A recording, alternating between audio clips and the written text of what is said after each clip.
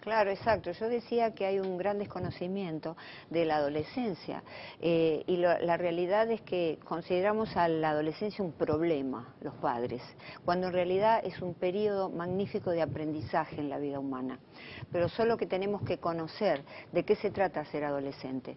Se dice desde la etimología que es padecer, ¿no? Pero no es así, también hay mucha ignorancia en torno a esto, porque viene del latín adolescere, y ya lo dijo, y justamente un lingüista en polígrafo del Imperio Romano fue Warren, que determinó, porque ya se conocía la adolescencia, Sócrates, Aristóteles, Shakespeare, Rousseau, hablaban de la adolescencia en los mismos términos que lo hablamos los padres de hoy. Wow. Esto es increíble. Y yo le traje una cita de Shakespeare en los cuentos de invierno, y dice: desearía que no hubiera edad intermedia entre los 16 y los 23 años, o que la juventud humana durmiera hasta hartarse, porque no hay nada entre esas edades, como no sea dejar embarazadas a las chicas, agraviar a los ancianos, robar y pelear. Wow. Es decir, esto ya lo decía Shakespeare, y nosotros pensamos que la adolescencia se descubrió en el siglo XIX con el llamado padre de la adolescencia, Stanley Hall, que fue el que dijo que la adolescencia es este periodo de tormenta y este periodo de estrés. Tormenta porque los pocos controles que le ponemos a los niños cuando llegan a los 13 años se pierden por completo, son seres sin control. Y después estrés porque son hipersensibles, el adolescente es hipersensible y entonces le crea un gran estrés y una gran ansiedad. Todo esto tiene concurrencia o tiene un paralelo en el cerebro. El cerebro del adolescente no es el cerebro de un adulto. Entonces tenemos que comprenderlos como padres, como educadores, para no demonizarlos, sino que para aprovechar esta etapa. Ahora, estos desafíos terribles de querer depender del grupo, porque ya no les interesan los padres, de ser hipersensibles a la exclusión social, de buscar riesgos constantemente, de ponerse en situaciones y en experiencias intensas, el cerebro se lo está pidiendo. A todo esto, este cóctel tremendo que ocurre en el adolescente, le sumamos ahora la emergencia de las redes sociales. Lo ponemos a ese cerebro completamente inmaduro frente a las redes sociales. Gracias que ahora las neurociencias, a través de Universidad de Harvard, a través de la Universidad de California, del Departamento de Ciencia Cognitiva del Colegio de Londres, liderado por Sarah Jane Blakemore, una gran neurocientífica, que empezaron ella y su equipo a hablar acerca de investigar el cerebro adolescente. Y se investiga a través de los fMRI, que ya no son los MRI estáticos, sino que son videos del cerebro en funcionamiento. Entonces ahí se empieza a dilucidar que el área de las emociones, el cerebro límbico, que es el cerebro que compartimos todos los mamíferos, que tiene mucho que ver con la memoria y el aprendizaje, está hiperactiva en el adolescente. Mientras que en la corteza prefrontal, que es donde procesamos el control de los impulsos, donde pensamos, donde planificamos, donde no decimos cosas que queremos decir porque estamos en un medio social, eso lo tienen completamente subdesarrollado. Vale decir que el adolescente es pura emoción y lo que llamó Goleman el secuestro amigdalar, porque dentro del cerebro emocional está el centinela de las emociones, que se llama amígdala cerebral. No tiene nada que ver con las amígdalas de la garganta, es la amígdala cerebral. Entonces, ella es este órgano que está, en realidad son dos, en forma de almendra en las profundidades de los lóbulos temporales. Es muy sensible a todas las emociones, particularmente el miedo, y el adolescente desafía el miedo. Bueno, entonces este cerebro límbico con esa amígdala se encuentra hiperactivo y dispuesto a la conducta, porque el cerebro límbico es: yo quiero algo, lo voy a hacer, no lo reflexiono, no pienso si está bien o está mal, voy y lo hago. Y tienen el cerebro prefrontal completamente anulado, no está hiperactivo. Entonces no hay nada que controle a esas emociones. Fíjate que se hicieron estudios en la Universidad de California respecto del cerebro del adolescente en las redes sociales. Se tomaron una muestra de 32 chicos entre 13 y 22 años y se les dieron 148 fotos, 40 la habían traído ellos, ¿no?, de Facebook, 40 fotos post. Pues entonces a someterlo al fMRI se notó que tres cosas importantísimas.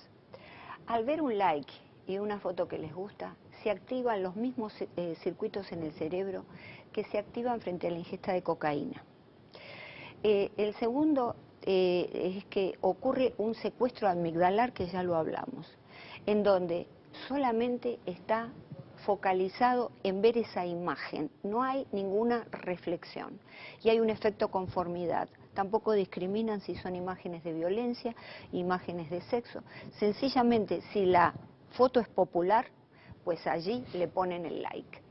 Vale decir que estamos frente a un cerebro diferente que los padres y los educadores debemos conocer y ayudar. ¿Por qué? Porque como tienen ese afán de nuevas experiencias, de nuevos riesgos, es un momento imperdible para poder ofrecerle experiencias válidas para ellos. Ayudarlos a empatizar, ayudarlos a pensar en los programas de las escuelas, eso es muy importante.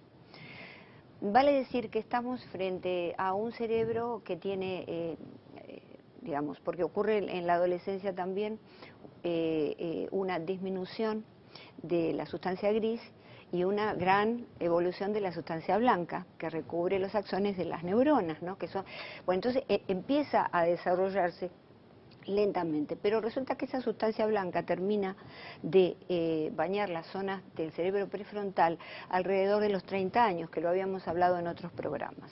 Es decir, que esto lo descubre específicamente el Departamento de Ciencia Cognitiva del Colegio de Londres. Entonces, qué impresionante todo esto que debemos conocer para estar mejor con nuestros hijos, para no demonizarlos. Tampoco debemos que demonizar a los padres, ¿no? Y decir, pero ¿cómo lo tratan así? Pero hay cosas que hay que saber y el conocimiento, la educación es lo que nos falta. Pero si eso comienza, la mayoría de lo que te está hablando después de los 13 años, es cuando se empiezan a ver todas esas cosas. ¿Qué pasa antes de los 13 años? Bueno, ocurre lo siguiente. Antes de los 13 años, primera y segunda infancia, el niño es un niño que está mucho más sensible a digamos, a obedecer a los padres. ¿Por qué? Porque teme perderlos, porque los padres son los héroes, porque los quiere realmente hacer lo que ellos digan, ¿verdad? Entonces, el niño depende de los padres. Cuando llega alrededor de la pubertad, 12, 13 años, 11 años, dependiendo del niño, ya los padres caen. En psicología se dice, el padre debe caer, que no quiere decir que uno le va a pegar una trompada o tiene que pegarse con el padre, sino que el padre cae y levanta el entorno social, el grupo. Se empieza a desarrollar lo que en neurociencia se llama el cerebro social, que debe desarrollarse, pero los padres ya no importan. Por eso de pronto no queremos que papá y mamá nos digan nada delante de nuestros amigos, que nos den un beso, que nos abracen, porque eso es terrible para el adolescente. ¿Deberían de hacer? Bueno, lo que deben hacer es una cuestión, un gran capítulo en la psicología, que es una deuda, que son los hijos y los límites. Yo he dado algunas conferencias en universidades de aquí sobre los hijos y los límites. Así como nosotros cuando el nene gatea le ponemos un límite para que no toque un cable, tenemos que seguir con esa línea de límites. Y uno de los límites es lo que señalaba muy bien el doctor Llamos, es justamente ponerle límites en los horarios en que utiliza este tipo de juegos. Ya. No sé, una pregunta. No, la imaginación no se abre a través de juegos mecánicos preconcebidos, la imaginación se abre a través de la inventiva, a través, como en algún momento señalé, con materiales reciclables, que el niño cree algo. Era la época nuestra, por ahí el caballito de madera. Es crear. Yo con un palito de escoba hacía que iba cabalgando. Y hoy en día no, le compran un caballo automático, todo esto, y el chico... Claro, entonces esto no convive con el desarrollo evolutivo del cerebro, que necesita desarrollar la imaginación. No necesita, por supuesto que vamos a decir que utilizar todas estas cosas, no los juegos agresivos, puede desarrollar un poco más algunas de inteligencia operativa, pero en realidad la parte humana más importante, que es la imaginación, realmente la anula. la anula. Y anula otro sector importante que es la memoria. Y anula la posibilidad de escribir a mano, que sabemos que tiene también un gran peso en el aprendizaje y en la memoria. Tú sabes que cuando tú escribes a mano, interpretas mejor, desarrollas la memoria. Yo todavía pienso así, yo estudié así. Cuando ves un estudiante que escribe todo y que tiene desordenado, no le digamos ordenar todo, porque no, al contrario, en ese desorden es creativo, está escribiendo sus notitas, se está desarrollando. Es decir, fíjate el orden que tiene, un orden patológico que tiene el que está con un teléfono está ya solo dentro de un lugar, no mueve su cuerpo y no mueve su cerebro tampoco. Y otra de las cosas que se afectan es la memoria. Con mi nieta, yo tengo una nieta de 11 años. Mis hijos, por suerte, como dije, no se criaron en la época que no existía la revolución tecnológica, así que escribían y no había computadoras, no había nada. Pero mi nieta sí, mi nieta tiene 11 años. Pero ¿cuál es el antídoto? El antídoto contra la depresión, el antídoto contra esta violencia de los videojuegos es el diálogo con los hijos, es el aspecto conversacional o dialogal, es que se llama así en psicología. Uno tiene que conversar con ellos y dejar, por supuesto, que utilicen esto, porque son de esta época, no los podemos poner en una burbuja porque van al colegio y no, lo vamos a enfermar. Sí, es decir, pero sí mucho diálogo, mucha conversación, mucho estar con ellos, a ver qué estás haciendo, cómo es eso, está bien lo que dice Luis, vamos a aprender un poquitito a ver de qué se trata, ¿no? Pero llevarlo siempre para el lado del diálogo. Por ejemplo, decía, no quiero ser autorreferencial, pero bueno, vale como ejemplo, cuando mi nieta salimos, toda la familia, dice, oye, ¿qué vamos a hablar? Ella no hay celulares por ningún lado. Y está ahí ávida, esperando que los abuelos le hablen. Entonces, tenemos temas para desarrollar con ella, con mi hija, es decir, que hay muchísimas cosas. Ese es uno de los principales ejercicios. Los padres, cuando salen con los hijos o con los nietos, no tienen que andar con el celular al lado. Lo tenemos acá porque estamos trabajando, pero cuando estamos con la familia el celular lo guardamos. Y entonces ellos van a ver, porque es el aprendizaje vicario de Vygotsky, que lo dije también, es que los niños aprenden por el ejemplo. Entonces el ejemplo que nosotros le estamos dando es, usemos los celulares, nos vamos entre... Hay muchos adultos que utilizan videojuegos para relajarse en lugar de ir al gimnasio. Es decir que... nosotros estamos dando un ejemplo inadecuado de nuevo y después le decimos a nuestros chicos, ¿qué estás haciendo? ¿Sos un vago? ¿No estudiaste? Lo que pasa es que tiene el mismo cerebro que hace 50.000 años y con las mismas crisis vitales o etapas vitales. Entonces, ¿qué pasa? La tecnología sí cambió y apareció, digamos, ofreciendo un cambio muy fuerte. Pero nuestro cerebro es el mismo. Ese es el tema. Por ejemplo, el multitasking, ¿no?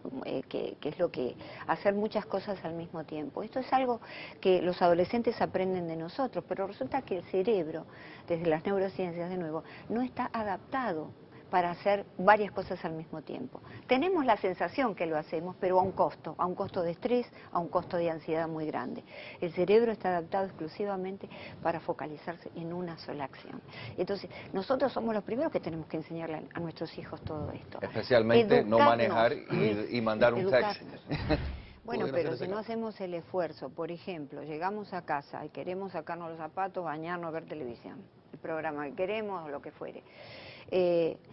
No vamos a hacer eso, vamos a relajarnos con nuestro hijo, vamos a ver, tomemos una galleta, un jugo, no pudimos estar en todo el día, ¿cómo te fue? Y si él no habla porque es adolescente y esta es la primera vez que lo hacemos, le decimos, bueno, mira, te voy a contar, papá hizo tal cosa, le fue esto, conoció una persona...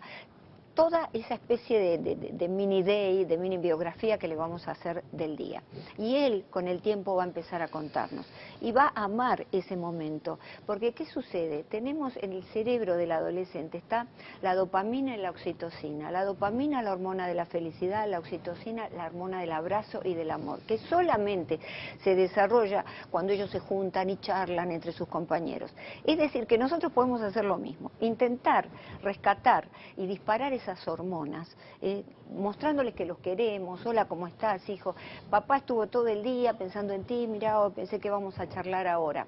¿Por qué? Porque tienen una gran necesidad de aprobación también, no solo del grupo, sino de los padres, aunque es más grande del grupo. Pero si los padres, que ya perdimos algo, porque ya no son niños, no le damos el tiempo necesario, se van a alejar cada vez más de nosotros. Bueno, y tenemos que aprender. Vamos a escuchar a la doctora, que después yo tengo una gráfica aquí que quiero compartir con ustedes.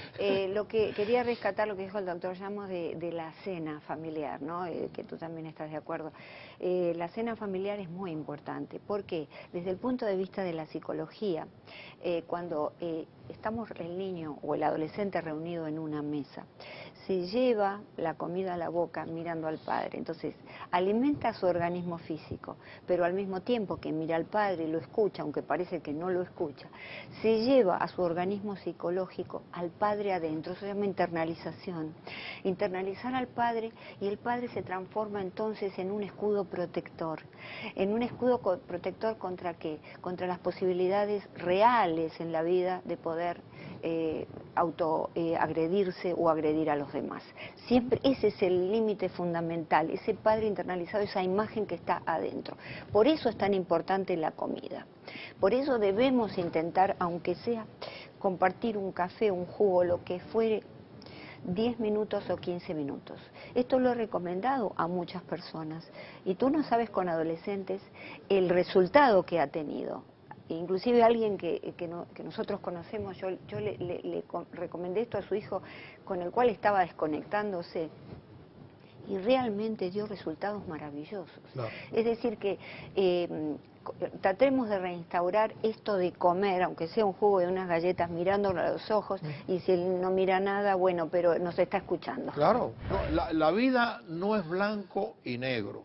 Hay una escala de colores. Es que estamos proponiendo, yo lo que estoy proponiendo es ese término medio, como decían los griegos, nada con exceso, ¿no? Claro. Es decir, todo tiene que tener un término medio. Y entonces, aún el padre que tú dices que trabaja así, puede ser una persona sensible que nos está escuchando y está entendiendo, porque estamos hablando simplemente, claro, que esto es necesario, que tiene que hablar con el hijo, que es tan importante. En Argentina tomando un mate, acá tomando, no sé, café, ese tipo de cosas que nos acercan. No tiene nada que ver que sea una persona de pronto que no tiene una tarea o no tenga formación o no pueda estar controlando la tarea. Eso se llama momento educable en psicología, es decir, buscar el momento educable, donde él está haciendo la tarea, donde están haciendo una actividad o donde están viendo televisión juntos, ¿no es cierto? Y de pronto surge algo que no entienden y ahí se empieza el diálogo. Yo creo que tenemos que ir a la formación de los padres. Mira, yo tengo este programa Universidad de la Familia, ahora sí, y está avalada por el Miami-Dade College. Y he ido a varias escuelas a dar conferencias. Tú sabes, los padres de menos recursos y los padres con menos comprensión que tú te imagines, ese que trabaja todo el día, es el que más dispuesto está a aprender, es el que más quiere saber de los hijos. Nosotros, que ya estamos más formados, no queremos saberlo todo. Y entonces, no sé, sí, con mi fórmula estuvo bien. Hay poca gente que reflexionamos, como estamos haciendo en esta mesa. Entonces, debemos dirigirnos a todo el mundo. Porque la persona con poca formación puede realmente usar muy bien ese momento educable y ser una persona profunda, a lo mejor una persona que tiene plasticidad neuronal como tenemos todos, cerebral, y entender rápidamente para poner en práctica estos pequeños ejercicios que son muy simples. Y a los matrimonios que recién se casan y van a tener un hijo, establecer una arquitectura de la casa determinada, saber que la puerta tiene que estar abierta, saber que no puede haber televisión ni computadora en la habitación, saber que puede haber una computadora, un laptop, lo que fuere en el living, para que ellos hagan las tareas o se conecten con los amigos un ratito. Esto es muy fácil si lo programamos desde que el bebé es bebé. Después es más difícil. Pero bueno, y nosotros controlar, y como él dice muy bien, saber qué es lo que están haciendo con la computadora. Son límites, volvemos, los límites los establecen los padres en la casa. Hemos renunciado a ser padres y vivimos en una cultura infantil, en donde los padres somos adolescentes. Y entonces todos usamos el celular, cada uno en su cuarto, cada uno come, porque déjame decirte que hay muchos profesionales, mujeres y varones, que llegan a la casa en momentos adecuados. Sin embargo, comen cada uno en su cuarto, ni siquiera le preguntan, pasan por el dormitorio del hijo y no abren la puerta. Hay una gran desconexión en un mundo. En el momento de la historia en que estamos más hiperdesarrollados, menos comunicados estamos. Es decir, en el mundo de las grandes comunicaciones. Yo estoy Entonces, de acuerdo. volvamos a lo básico. ¿Qué es volver a lo básico? El ABC. Si tenemos hijos, tenemos que ocuparnos Bueno, del hijo. un adulto. El desafío más grande que hay es ser padres hoy en día. Es el desafío que es más grande de todas las épocas, Luis. Los que somos padres lo sabemos, pero evidentemente el desafío más grande, yo di una conferencia hace un año en un congreso internacional de Humboldt, acá en Miami, y se titulaba el desafío de nuestra época, ser padres en la era de Internet. Es decir, hoy en día, más que nunca, se nos está escapando de las manos esta situación de criar a los hijos. Entonces tenemos que ser reflexivos, tener recursos, como decía el doctor Llanos. Bueno, si no puedo ir a esa reunión, trato de pedir un horario que a mí me sea más cómodo o más accesible. Es decir, que tenemos que tener muchos recursos, porque no podemos decir, bueno, yo no puedo, ya está, tengo mucho que trabajar, lo siento, y después reprocharle cuando el niño le va mal, y decir, bueno, yo trabajo todo el día, mira cómo me esfuerzo, vos sos un vago, no haces nada. No podemos ya, esto no es una retórica y una narrativa que en otra época podía funcionar y ya ahora no funciona, porque es muy importante, y después también es muy importante saber que tiene que haber controles de Internet. ¿Por qué? Porque Internet es lo mismo que estar en la calle. Y es más, en la calle todavía hay más controles, porque para cruzar una esquina hay semáforos. ¿Dónde están los semáforos en Internet? ¿Por qué nuestros niños acceden a cualquier nivel en cualquier plataforma? Es decir, es peligrosísimo. No, los semáforos usted lo tiene. Usted puede ponerle que ese muchacho no puede entrar a tal lugar o a tal lugar. Sí, no, pero no existen Pero como tú dices, Luis, ellos no lo ponen, porque ellos lo que quieren es vender el producto. Claro, ellos no lo ponen, es tu trabajo. acá interviene la mercadotecnia, indudablemente no les interesan los controles. Por eso, hoy en día es muy difícil. Los padres somos los que tenemos que ponerle límites a los hijos y poner los controles, Luis, porque no existe otra posibilidad. La otra existe, perdón, dejar que hagan lo que se les da la gana, pero vemos lo que está sucediendo. Fíjate, el diálogo, solamente la conversación que yo hablaba, es también el mejor antídoto contra la depresión. Nuestros adolescentes y los adultos también estamos dentro de la crisis más grande de depresión de la historia, de depresión clínica me estoy refiriendo, estoy hablando de una tristeza profunda. Es decir, que realmente tenemos que reflexionar y empezar a pensar un poco en esto. No podemos decir, y bueno, pero este país es así, hay que trabajar, hay que hacer, hay que producir. Sí, fantástico, si estoy solo todo bien, pero no hagamos de nuestros hijos casualties, ¿no? Es decir, que no sean ellos... Que no sean la estadística. Claro, una estadística más. Claro, tenemos que pensar, por eso la generación Y ahora no quiere, los millennials, no quieren tener hijos, ¿no? Yo creo que eso merece un análisis aparte, pero algo positivo es que ellos no quieren tener hijos porque primero se quieren desarrollar económicamente, cosa que nosotros no hicimos. Bueno, por eso existen diferentes prioridades. Diferentes prioridades, Por eso existen los diferentes mecanismos épocas, claro.